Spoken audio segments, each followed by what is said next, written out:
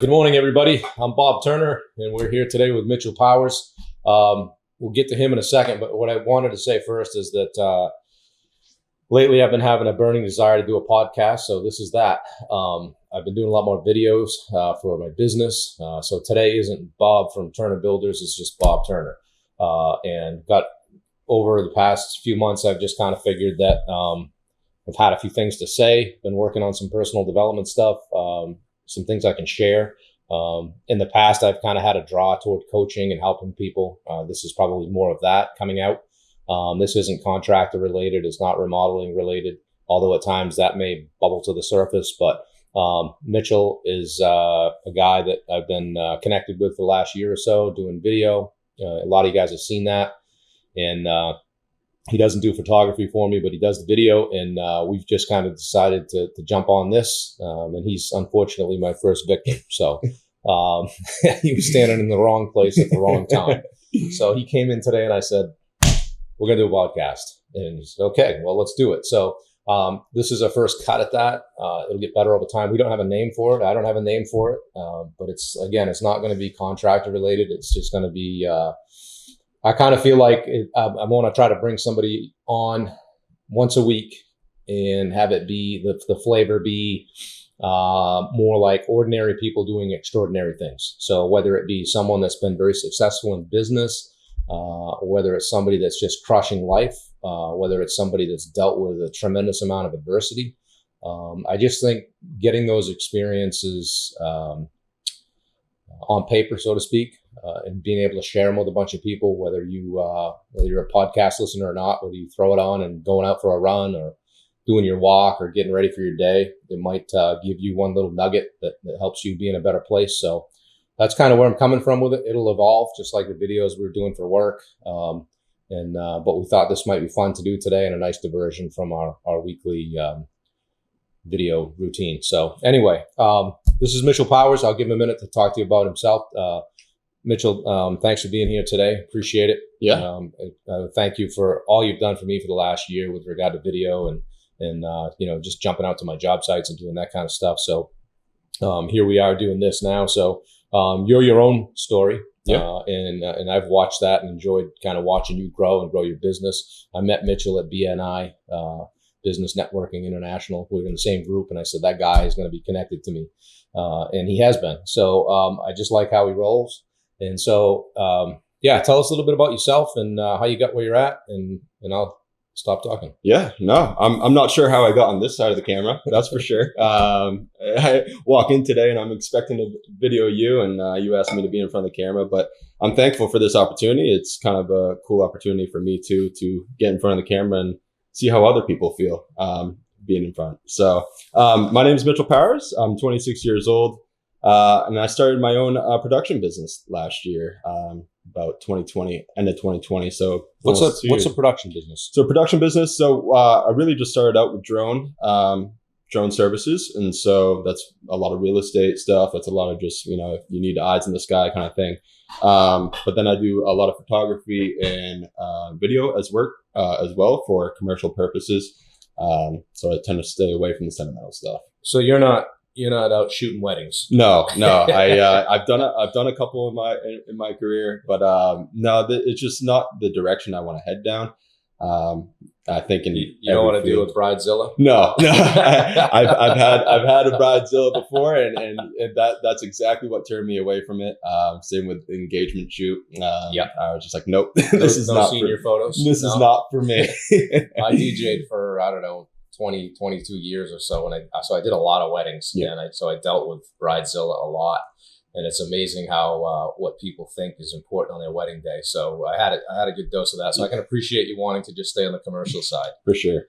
Yep. So how long ago did you start? So I started this in 2020. So literally right at the beginning of the pandemic, pretty much. Good idea. Yeah. It's a great time to start a business, right? You're just sitting around saying, how can I make the pandemic worse? How can I make this harder on myself? Well, that's good. That took a lot of courage. Yeah. No, honestly, I can get right into the story of how I started. Talk to us about how you knew you wanted to do that, or what happened. Was there a point in your life where all of a sudden it just became like, hey, I need to go do this, do it now? relatively young age to be jumping out and doing your own thing. Yeah. It took me a long time before, I worked for people for several years and was frustrated and spun my wheels and said, I could probably do this better or whatever. It was always I was always a good number two guy or, support team. And I tried to work like I was the owner. What is it that you were doing and what happened, what happened in your life that made you kind of jump out on your own? Yeah.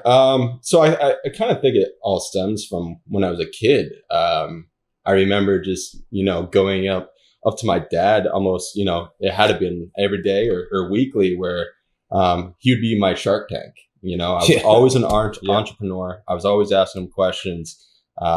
Always throwing products at him. What do you think of this idea? He'd either shut it down or say, that's a good idea.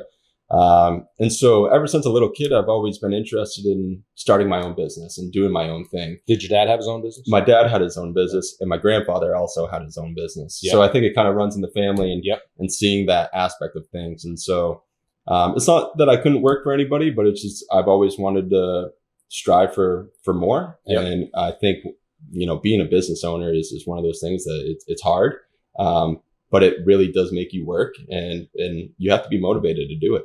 So it's kind of in the family. It's kind of in the family. I guess it's in the family genes. We'll see. But and it's 3 generations of us now starting our own business. And so really just in the beginning, I was an accountant right out of college. And that was terrible. I absolutely sounds terrible. Yeah, I absolutely hated it. And it was one of those things when I got out of college, I really didn't study accounting. I was actually a marketing minor and a business major. And what led me in that direction was I was looking for marketing jobs and they're offering no money. Yep. Nothing. And, when I'm fresh out of school, I'm like, all I'm thinking about is how much money can I make right now? Right. And so I'm seeing, salary jobs, and I'm just like, how do people graduate from college and go do a salary job where I could have made this in high school at the pizza? Knock down $38K and try to pay off your $100,000 in student loan. Exactly. Yeah. So, right away I kind of saw, I'm like, maybe I'm not going to be in the marketing field. So there I go in accounting, good, comfortable job, I guess, and it's good, consistent work, good salary. So it was checking off all the boxes and that's what I thought I wanted. That's kind of what you're supposed to do in life, right? You go to school, you get out, you pick your career, you go do that, and you sit there and rot for 30 years. And, maybe they get you a gold watch and a pat on the ass going out the door if you make it that far. 100%. Right?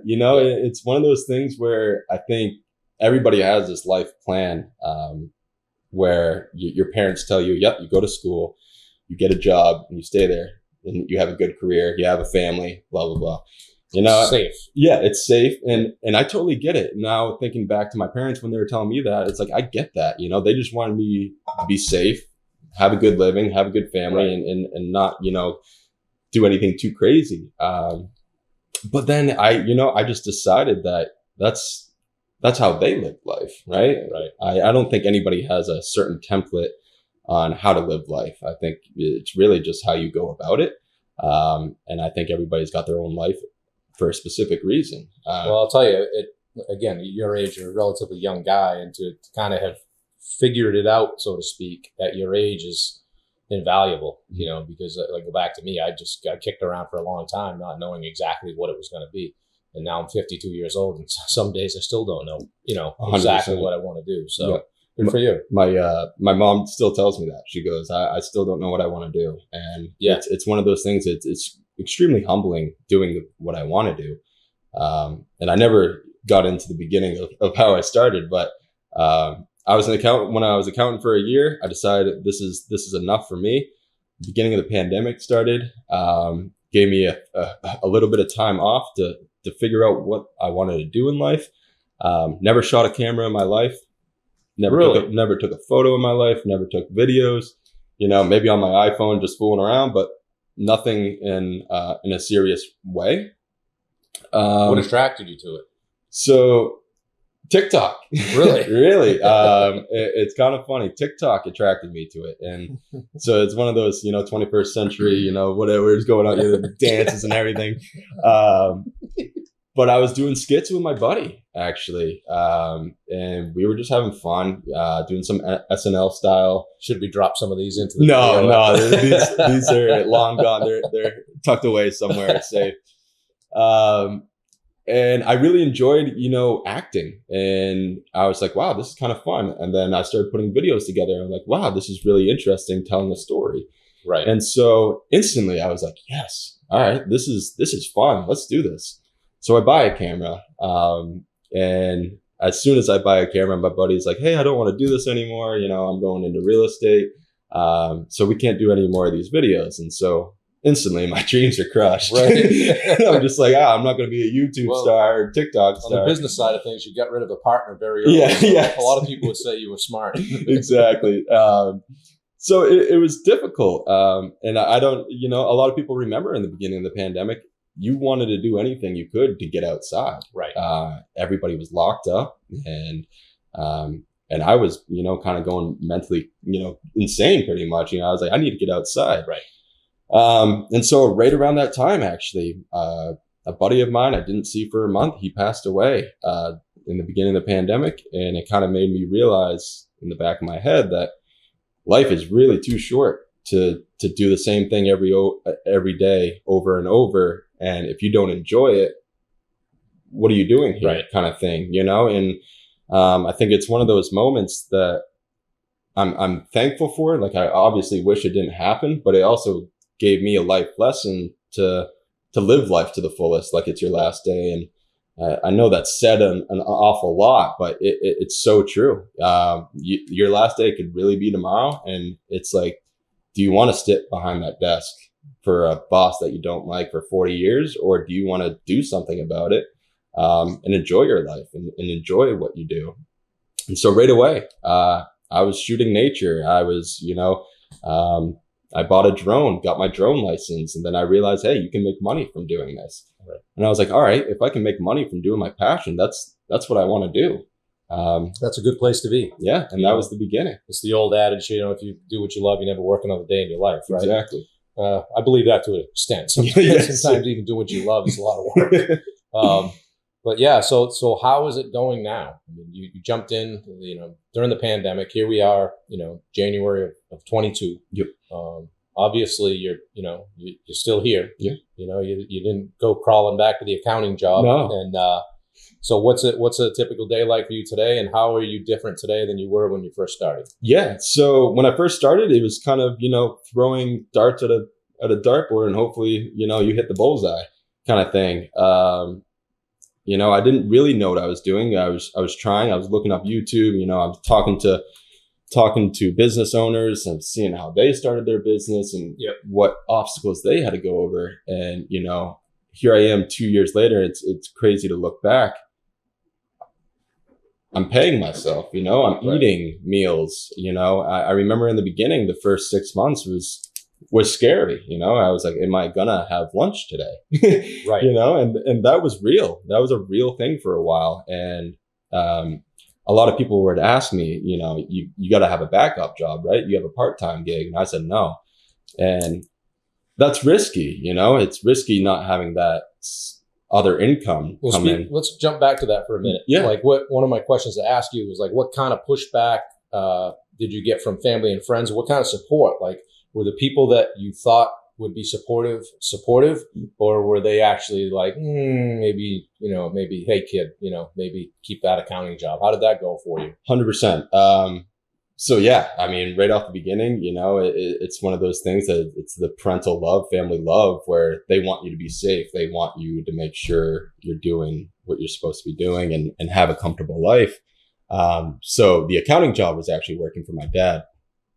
And I remember the day I told him I was not going to do it anymore. I was nervous. I was a nervous wreck because I was like, here I am, his youngest son, not wanting to do family business, pretty much. But he probably had that same moment with his dad, if you think about it. Exactly. And I was so nervous. And as soon as I talked to him, it was really humbling to listen to him and just be like, I just want you to be happy. Right. And that was huge for me. Because at the time I wasn't, and it was a difficult place in my life. I just graduated college. Here I am. I think I'm on a career path, but it's not the career path I want to be in. How do I make money otherwise? And what do I find out what I want to do? It's a lot of questions to ask a guy just got out of college, And so right away he was supportive of, not doing that for my life. He didn't know what I want to do. I didn't even know what I wanted to do. So that was a big moment for me. Just having that support of knowing that my parents just wanted me to be happy. Yeah. And so my mom was always big into photography, and she just sends me photos every day of, her ride to work, and she'll send me a photo of a tree with some shadows in it, and it's one of those things that it's nice. And she's been extremely supportive through this whole process, and she calls every week. She asks, what jobs do you have going this week? And so that's been huge for me. And I would say in the beginning, they were all questioning it, my brothers especially too. And they were all just like, okay, like, do you know what you're getting yourself into? These are all people who didn't have their own business, but were experts on what I should do. Right. So it was one of those situations where I know they wanted the best for me. Right. But they were also nervous, they're nervous. And okay, here he is. He's never shot a camera in his life, and now he's starting a production business. Right. Tell me where that makes sense. Right. Right. The way I look at it is, if you're 25 years old and starting that, and it just goes south fast. If you look at from the macro level, you got all kinds of time to fix that. Exactly. How bad can you really screw that up and say, well, I'll call a timeout, step back, and okay, well, I'll go get that accounting job back. I guess that didn't work. 100%. No, it is one of those situations. And have you noticed your friend group changing at all in the last year? Like, they say that one of the group that I'm working with, one of the guys says, you are the average of the 5 people you hang around with the most. Yeah. Right. And so I've looked at that over the last few months and definitely made some changes. But how was that? If you look at the people you were running with a year ago, are all those same guys and girls still in your circle? Yeah. So that's another, thing you have to battle. You really have to battle everything. And so that's people in your life, and that's people, that you want to bring into your life. So I would say my friend circle has gotten bigger. I still have the same, at home friends, from, I grew up with. Sure. And they'll always be there, but I've also brought in a lot of new friends where they're in the same business as I am, or they have an entrepreneurial attitude.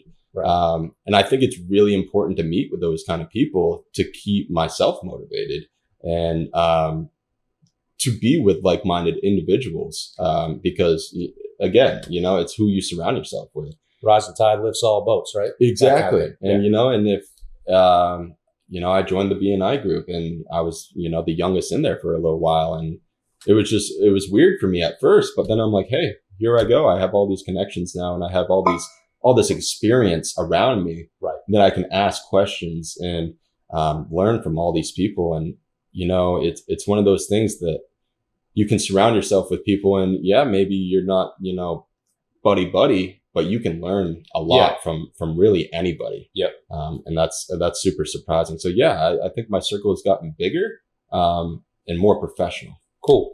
Well, let's switch it up a little bit and talk about, what a typical day is like for you. That way, if there's somebody watching that's even considering starting their own business, a young person,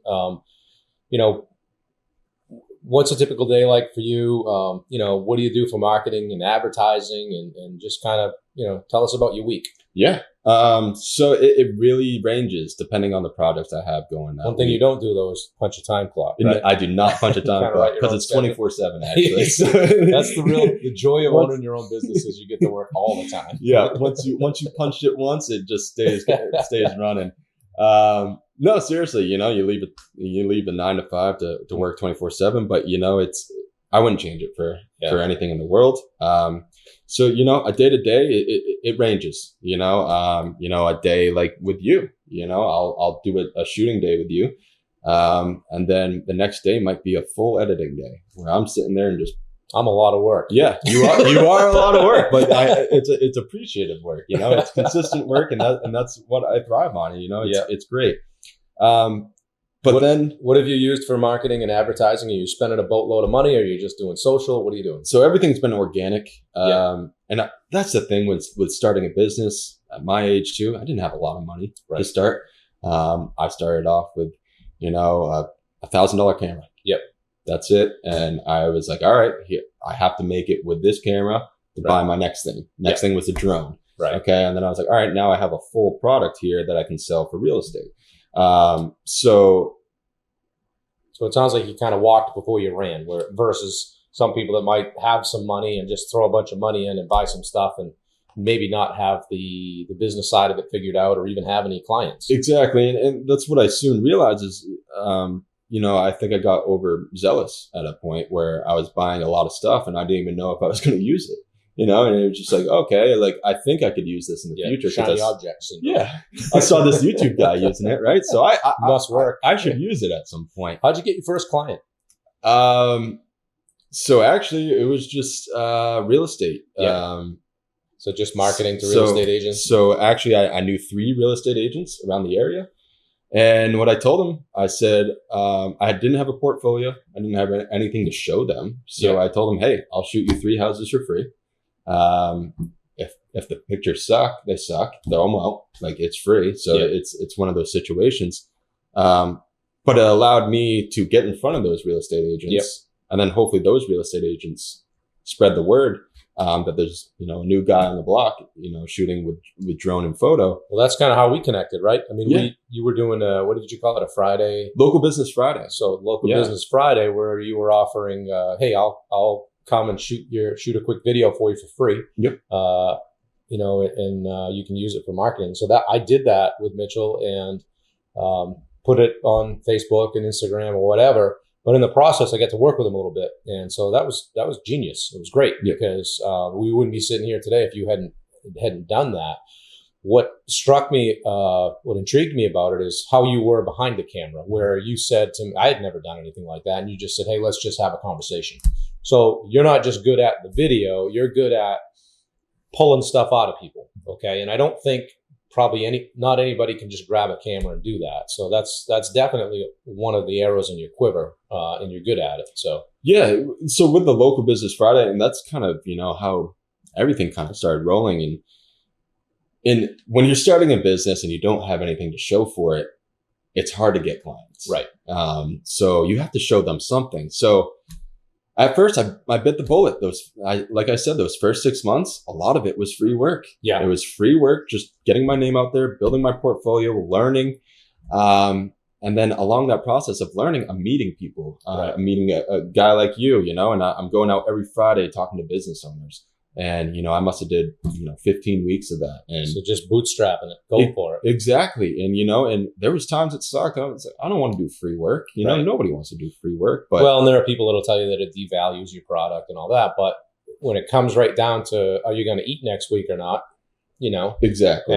And because you were willing to do that, like I said, we're sitting here today. So my relationship with Mitchell is he's on my payroll for 10 hours a week, and we do something like this every week. I shoot some video, and that gives him a little bit of a base to go build his business on, and it allows me to pay as you go, if you will. So we may go to 20 hours, or maybe just go to a set fee for X, Y, and Z. Yep. But I think it's been good for you. It's certainly been good for me. It's been huge for me, and I always look back to the beginning, and I just remember there was weeks where no money's coming in. Yeah.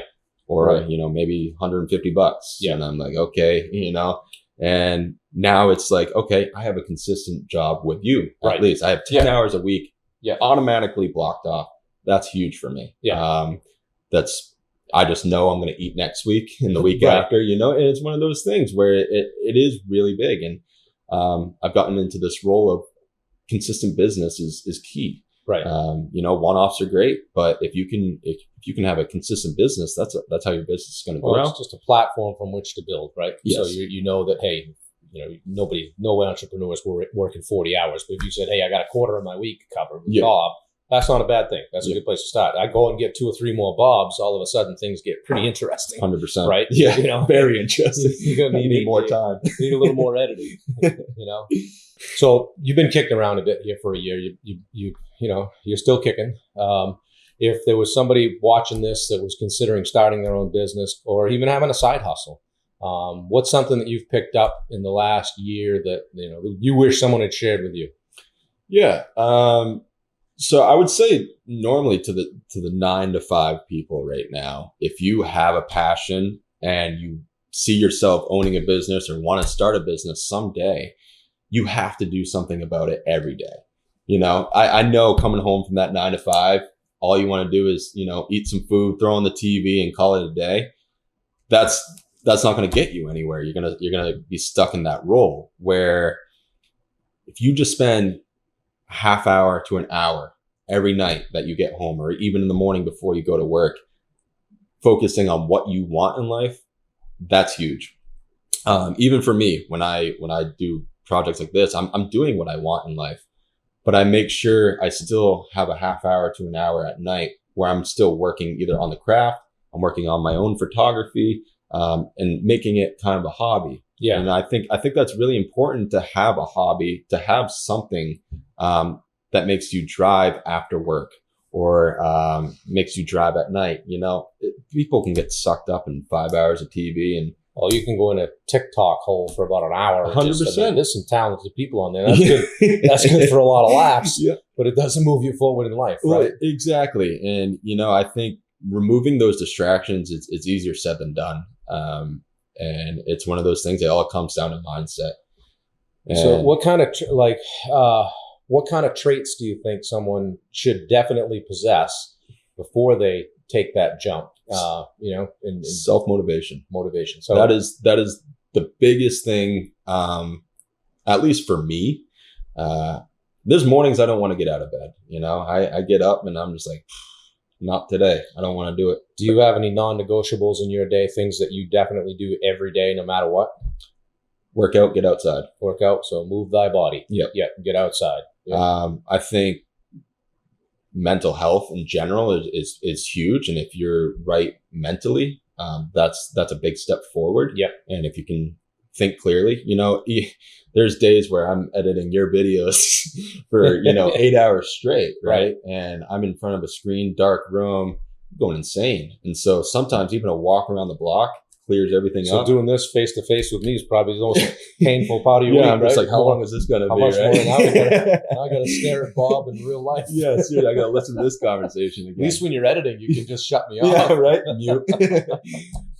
But seriously, it's getting out there, moving your body, and even for me, I take the camera with me sometimes and just do some shots. And isn't that always where you see the best thing though, when you don't have the camera with you? Right. Always, yeah, always. And then you have the iPhone, which I don't have the nice iPhone. So. Right. What do you like to do the most? Is it you've got the drone, you got the camera? Occasionally, you do some photography, but in certain settings. But if you could go out and do whatever you wanted to do for the rest of today, what would it be? Talking. Yeah. It's funny. I always wonder, do I really love this business or do I love business in general? Right. And I think I really do love business in general. And I'm starting to realize talking to people is huge for me. I love conversation. This is big right here. Yeah. I could talk for hours. Yeah. On anything, on any subject, really. And I think that's something I really love. And I would love to have, an editor at home, and then right. I could always be talking to people. You probably owners. will. And I will hopefully this year. Yeah. And that's a goal of mine to create enough work for somebody else that I can hire somebody else. So we talked about that the other day, and you and I get into conversations, and all of a sudden I'm coaching you on your business. But one of the things I asked you is, how many weeks of an editor's pay would you have to have banked before you felt comfortable bringing somebody on? Yeah. And you said probably 2. Yep. And maybe it's not a 40-hour-a-week job. Maybe it's you bring somebody on that's looking for 10 hours a week, like I have with you. Yep. And you get that covered, initially, and then that frees you up to go do what you do. Yeah. And I'm dealing with that with my business too, where this year I've just realized that I'm nothing but a bottleneck. Mhm. Everything that comes to me gets choked off right here. So I put people in place this year. I'm not done yet. Taking care of the stuff that I think I'm going to do, and I always believed is my responsibility, but that frankly I suck at. Yeah. And so if I can take care of that, flatten out the management, make sure people have responsibilities, then I can do what I'm good at, which is, I'm that gatherer of people guy. I'm this kind of stuff I like, or whether it's coaching or whether it's motivating a team of people or getting people rallied around a common goal. That's all stuff that's over on the strengths side of Bob. The on the weaknesses or challenges, things that are tougher for me are, the details, the X's and the O's, making sure that every little detail gets taken care of. So, I have those, for the squirrel moment. So, Yeah.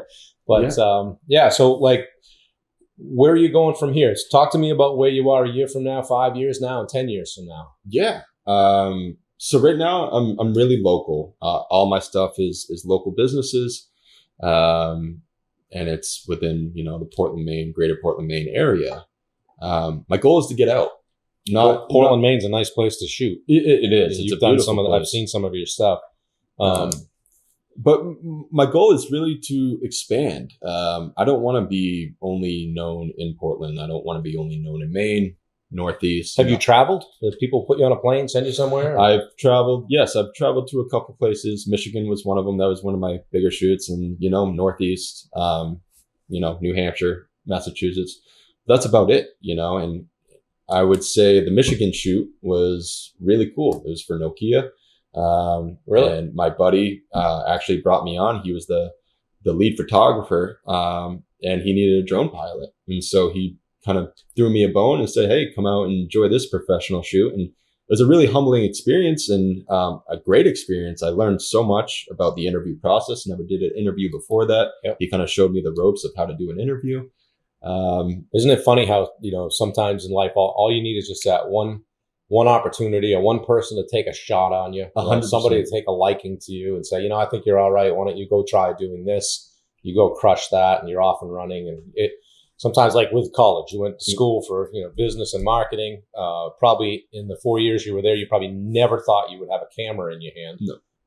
Or even piloting a drone, No. and I'd love to know the statistic on how many people are actually using their college degree 100%.